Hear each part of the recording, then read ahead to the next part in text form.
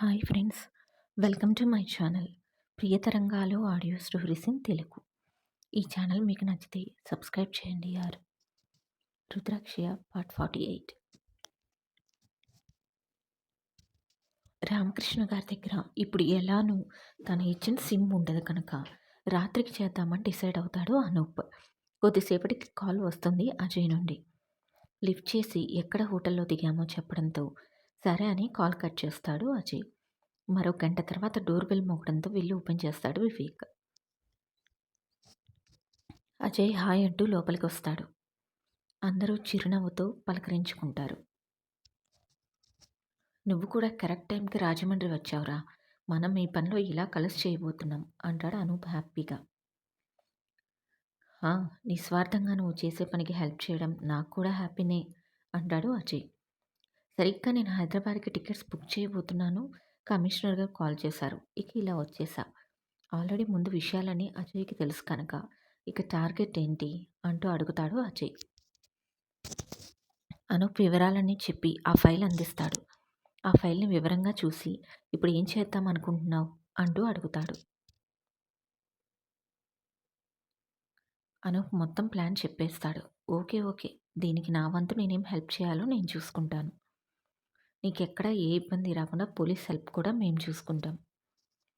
సరే, కొద్దిసేపు రెస్ట్ తీసుకో అని చెప్తాడు అనూప్కి. సాయంత్రం 5 గంటల తర్వాత అందరూ టీ ఇంకా స్నాక్స్ కంప్లీట్ చేసి బాల్కనీలో డిస్కషన్లో పడతారు. 7 గంటల సమయంలో ఇక లైబ్రరీ కంప్లీట్ చేసుకొని రామకృష్ణ గారు ఇంటికి చేరుకుంటారు. డైలీ ఒకసారి సాయంత్రం ఇంటికి చేరుకున్న తర్వాత ఒకసారి ఫోన్ చెక్ చేసుకోమని అంతకుముందు వచ్చినప్పుడే చెప్తాడు అనూప్. అదీ కాక తను కూడా ఒకసారి అనూప్ కాల్ చేద్దాం అనుకున్నారు కనుక వేరే మొబైల్ చేతిలో తీసుకొని ఓపెన్ చేస్తాడు. ఓపెన్ చేయగానే అనూప్ నుండి మిస్డ్ కాల్ చూడగానే ఫుల్ హ్యాపీ ఫీల్ అయిపోతారు. వెంటనే కాల్ చేస్తారు. అప్పటికే అనూప్ వాళ్ళు రామకృష్ణ గారి ఇంటికి దగ్గరలో ఉన్న హోటల్ రూమ్కి చేరుకుంటారు. అతని కాల్ కోసమే చూస్తున్నారు.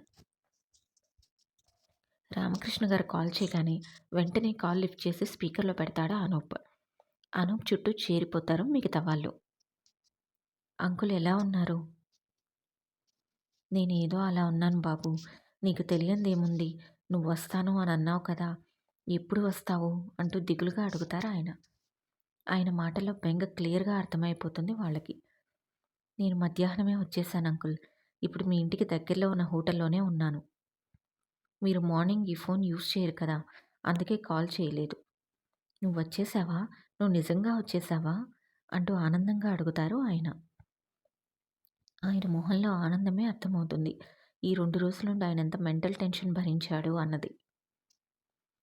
విషయం తెలిసిన దగ్గర నుండి ఎంత నరకం అనుభవించారో కూడా క్లియర్గా అర్థమైపోతుంది వాళ్ళకి. ఎలా ఉన్నారు సార్, బాగా కంగారు పట్టారా ఏంటి? నిజం చెప్పాలా అనూప్, చాలా కంగారు పడ్డాను.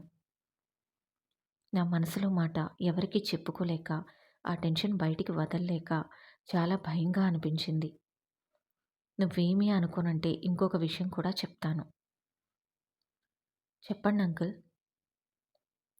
నువ్వు వస్తావా రావా అని కూడా భయం వేసింది. ఎక్కడ నేను ప్రాణాలు కోల్పోతానో, ఎక్కడ నా వాళ్ళందరికీ దూరం అయిపోతానో అని చాలా బాధగా అనిపించింది. నువ్వు వస్తావన్న ఎంత పక్కాగా నమ్మకం ఉన్నా కూడా మదిలో ఎక్కడో చిన్న భయం. అది మానవ సహజం కదా, ప్రాణం పోతుందంటే ఆ మాత్రం భయం ఉంటుంది. నన్ను తప్పుగా అనుకోకు. అదేమీ లేదంకుల్, నేను ఆ మాత్రం అర్థం చేసుకోగలను, మీరు కంగారు పడకండి. మిమ్మల్ని తప్పకుండా నేను కాపాడుతాను. మీ ప్రాణాలు నిలబెట్టి మీ వైఫ్తో సహా మిమ్మల్ని దేశం దాటించే బాధ్యత నాది. నా మీద మీ నమ్మకం ఉంచండి. మీరెంత ప్రశాంతంగా ఉంటే మనం అంత తెలివిగా ఈ ప్రమాదాన్ని దాటగలం. ఆ మాటలతో రామకృష్ణ గారికి ధైర్యం వస్తుంది. తప్పకుండా నా వంతు నేను ప్రయత్నం చేస్తాను. ఇంతకీ మీరు ఎక్కడ దిగారు, ఎప్పుడు వచ్చారు అంటూ అడగడంతో అనూప్ వివరంగా చెప్తాడు. హోటల్లో దిగడం ఏంటి బాబు, ఇంటికి వచ్చేయాల్సింది కదా. మీరు భలేవారు అంకుల్, ఏదో చుట్టాలను పిలిచినట్టు పిలుస్తున్నారు. మీ ఇంటి చుట్టుపక్కల మిమ్మల్ని గమనిస్తూ వెహికల్లో ఉన్నారు, అది మీరు చూసే ఉంటారు. మేము వచ్చిన మరుక్షణం ఫోకస్ మీ మీదకు కూడా వస్తుంది. ఎవరు వీళ్ళు ఏంటి అని మిమ్మల్ని కూడా అడిగేదాకా వచ్చేస్తారు.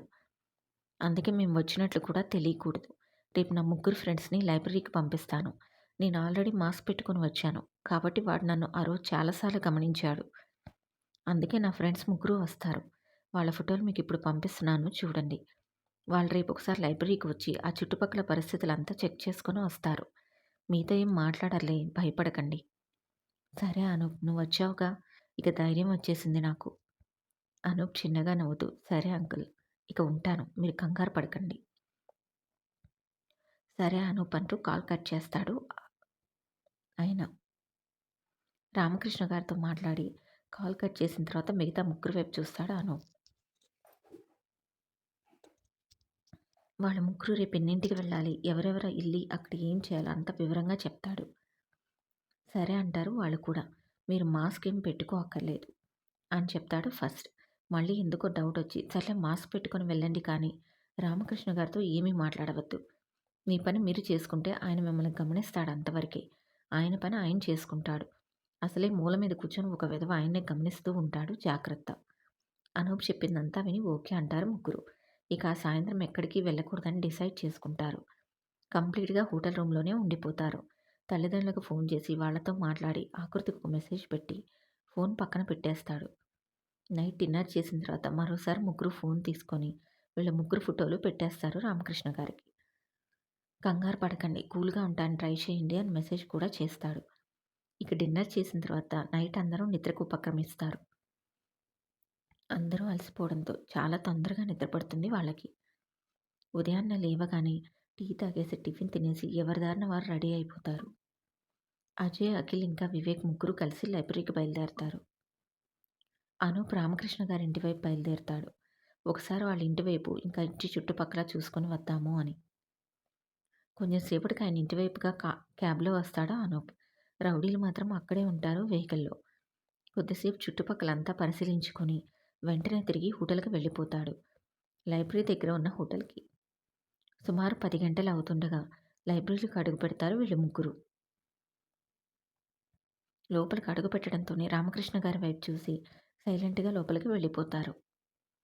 ముగ్గురు మాస్కులు పెట్టుకొని ఉండడంతో వెంటనే పోల్చుకోకపోయినా వాళ్ళ ఫోటోలు రాత్రి చూశాడు కనుక తొందరగానే పోల్చుకుంటారు ఆయన.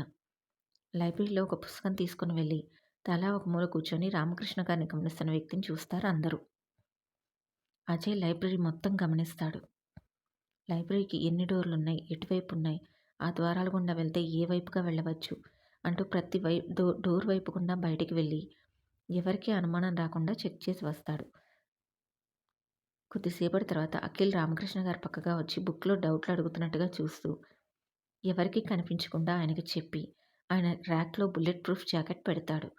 ఎలాగో రామకృష్ణ గారు బ్యాగ్ తెచ్చుకుంటారు కాబట్టి సాయంత్రం వెళ్ళేటప్పుడు బ్యాగ్‌లో పెట్టుకొని ఇంటికి వెళ్ళిపోవచ్చని ముందుగానే ప్లాన్ చేస్తాడు అనూప్.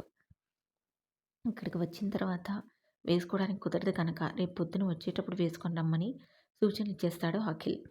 సరే అంటూ దాన్ని జాగ్రత్తగా లోపల పెట్టుకుంటారు ఆయన. వివేక్ కూడా చుట్టుపక్కల గమనిస్తూ ఉంటాడు. తామేమైనా ఆయుధాలు గానీ, ఏమైనా అవసరమైన వస్తువులు తెస్తే రేపెక్కడ పెట్టుకోవాలి అనుకుంటూ.